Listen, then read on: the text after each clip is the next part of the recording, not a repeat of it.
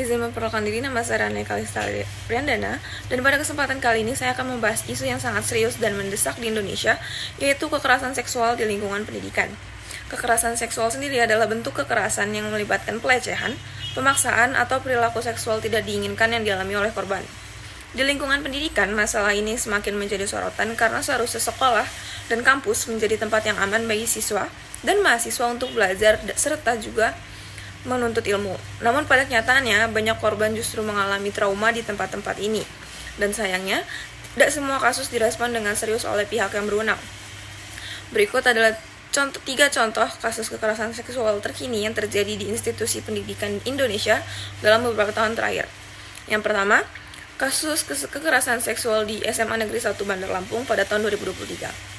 Di awal tahun 2023, masyarakat Lampung dikejutkan dengan berita seorang guru di SMA Negeri 1 Bandar Lampung yang dilaporkan melakukan pelecehan seksual terhadap siswi-siswinya selama bertahun-tahun. Guru tersebut berinisial A diduga memanfaatkan posisinya untuk mendekati para korban dan melakukan tindakan tak senonoh baik secara fisik maupun verbal.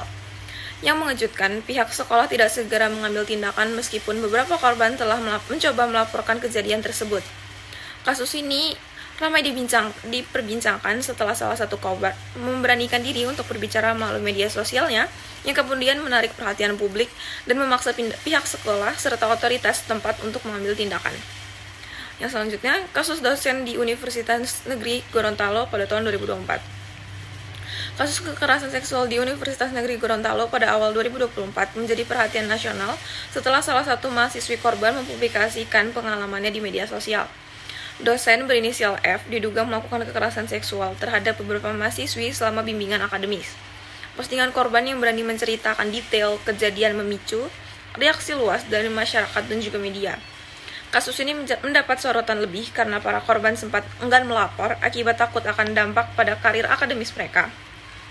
Namun akhirnya keberanian satu korban menginspirasi korban lain untuk ikut bersuara. Ketiga, kasus dosen senior di kampus ternama Jakarta pada tahun 2024. Di salah satu kampus terkenal di Jakarta, seorang dosen senior berinisial A dilaporkan melakukan pelecehan seksual secara sistematis selama bertahun-tahun. Kasus ini mulai ramai diperbincangkan setelah salah satu korban memutuskan untuk berbicara dalam sebuah podcast populer menceritakan pengalaman traumatisnya. Setelah podcast tersebut tayang, puluhan korban lain dari kampus yang sama akhirnya berani mengungkapkan kejadian yang serupa. Dan ternyata dosen tersebut memanfaatkan posisinya untuk melecehkan mahasiswi-mahasiswinya, baik secara verbal maupun fisik, di ruang kuliah maupun di luar kegiatan akademis.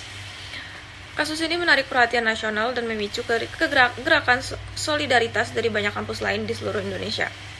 Dari ketiga kasus di atas, kita bisa melihat bahwa kekerasan seksual di lingkungan pendidikan bisa terjadi di berbagai tingkatan, mulai dari sekolah menengah hingga perguruan tinggi. Kasus-kasus ini tidak hanya mengungkap kelalaian institusi dalam melindungi siswa dan juga mahasiswanya, tetapi juga menunjukkan bagaimana kekuasaan seringkali disalahgunakan oleh oknum pendidik. Korban kekerasan seksual seringkali dihadapkan pada tantangan besar untuk melaporkan kejadian ini karena rasa takut, tekanan sosial, atau ketidakpercayaan pada sistem hukum ataupun institusi. Dan jelas bahwa kekerasan seksual di lingkungan pendidikan bukan hanya masalah pelanggaran pada hukum, tetapi juga berdampak luas pada para korban, baik secara psikologis maupun akademis. Para korban seringkali mengalami trauma mendalam, hilangnya rasa percaya diri, hingga kesulitan untuk melanjutkan pendidikan mereka. Selain itu, kekerasan seksual yang dibiarkan tanpa penanganan tegas juga dapat merusak citra institusi pendidikan itu sendiri dan menciptakan ketakutan bagi siswa maupun mahasiswa lainnya. Maka dari itu, penting bagi kita untuk memahami lebih dalam mengenai dampak-dampak dari kekerasan seksual di lingkungan pendidikan, baik bagi korban secara langsung maupun bagi ekosistem pendidikan secara keseluruhan.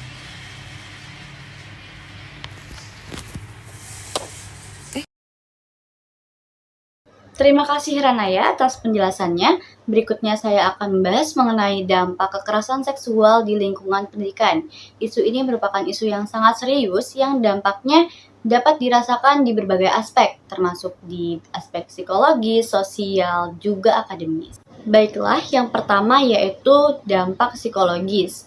Jadi korban kekerasan seksual ini seringkali mengalami trauma yang mendalam yang berujung kepada gangguan kecemasan, depresi, atau bahkan PTSD atau post traumatic stress disorder.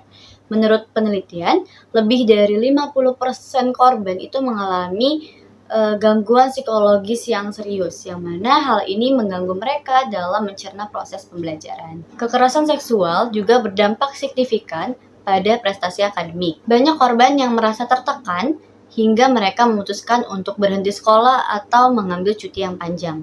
Mereka mengalami kesulitan dalam berkonsentrasi pada pelajaran dan seringkali prestasi akademik mereka menurun. Bahkan dalam beberapa kasus, korban seringkali pindah sekolah atau kampus demi menghindari pelaku. Terakhir, dampak ini juga merusak reputasi institusi pendidikan. Ketika kasus kekerasan seksual terjadi, masyarakat menjadi skeptis dan enggan mempercayai lembaga yang tidak menangani masalah ini dengan serius. Hal ini tentu saja dapat menyebabkan penurunan jumlah pendaftar baru di sekolah ataupun universitas yang terlibat dalam skandal semacam itu. Dengan demikian, penting bagi institusi pendidikan memberikan perhatian serius terhadap isu ini, juga memastikan setiap individu merasa terlindungi dan aman.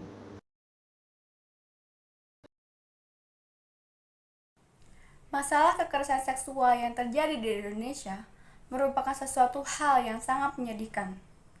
Untuk itu, saya akan memberikan beberapa saran dan rekomendasi untuk menangani kasus kekerasan seksual yang terjadi di lingkungan pendidikan. Ini merupakan masalah yang kompleks, tetapi ada beberapa langkah yang dapat diambil untuk mencegahnya terjadi. Langkah yang pertama adalah memberikan pendidikan seksual yang memadai.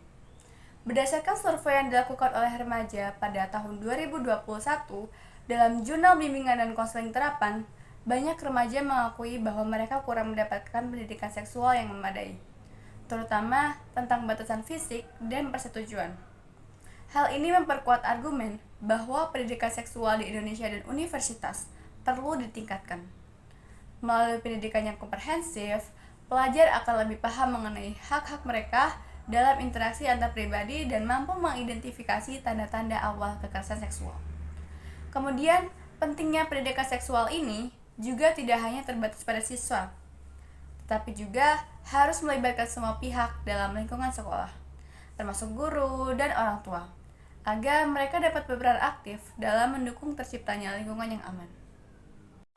Kemudian, pelatihan untuk tenaga pendidik dan staf sekolah atau universitas dalam menangani kekerasan seksual merupakan langkah strategis yang penting dalam upaya menciptakan lingkungan pendidikan yang aman dan responsif terhadap kasus-kasus kekerasan seksual. Berdasarkan penelitian yang dilakukan oleh Iriawan pada tahun 2024 dalam Jurnal Nusantara Berbakti, pelatihan dan edukasi ini tidak hanya berfokus pada teori, tetapi juga pada keterampilan praktis yang perlu dilakukan oleh para pendidik untuk merespon kasus-kasus kekerasan seksual secara tepat. Yang selanjutnya adalah penyediaan layanan konseling yang ramah. Penyediaan layanan konseling yang ramah bagi korban kekerasan seksual menjadi sangat penting. Menurut Tintin, Krisnani dan Nurwati pada tahun 2020 dalam Share Social Work Journal, intervensi sosial memainkan peran penting dalam menangani anak korban kekerasan seksual. Hal ini menunjukkan bahwa selain pendidikan, sekolah dan kampus harus menyediakan unit layanan konseling yang mudah diakses, di mana korban bisa melaporkan kejadian tanpa takut akan stigma atau reaksi negatif. Layanan ini harus menjaga privasi dan keselamatan korban, mengutamakan pelindungan dengan prosedur yang jelas dan sensitif. Artinya, layanan konseling ini juga perlu terintegrasi dengan jaringan dukungan lainnya, seperti layanan hukum atau lembaga bantuan sosial, sehingga korban bisa mendapat bantuan yang komprehensif sesuai dengan kebutuhan mereka. Di samping itu, layanan konseling harus aktif melakukan sosialisasi mengenai keberadaan mereka dan jenis dukungan yang dapat diberikan. Dengan demikian, siswa dan mahasiswa akan lebih tahu tentang akses ke layanan ini serta merasa didukung oleh lingkungan kampus atau sekolah mereka. Melalui pendekatan ini, layanan konseling bisa berfungsi tidak hanya sebagai tempat pelaporan, tetapi juga sebagai instrumen penting dalam pencegahan dan pengelolaan kasus kekerasan seksual di lingkungan pendidikan. Yang selanjutnya adalah penegakan hukum yang tegas. Penegakan hukum yang tegas juga diperlukan untuk memberikan efek jera kepada pelaku kekerasan seksual. Iriawan pada tahun 2024 menggarisbawahi bahwa sosialisasi dan kampanye anti kekerasan seksual di kampus harus dilakukan secara rutin untuk membangun kesadaran kolektif tentang bahaya kekerasan seksual dan pentingnya menegakkan aturan yang ada. Dengan menerapkan langkah-langkah tersebut, sekolah dan universitas dapat menciptakan lingkungan pendidikan yang lebih aman dan lebih inklusif bagi semua siswa. Meningkatkan kesadaran melalui pendidikan seksual, menyediakan dukungan psikologis bagi korban, serta memastikan adanya penegakan hukum yang tegas adalah bagian dari solusi komprehensif yang dapat kita upayakan.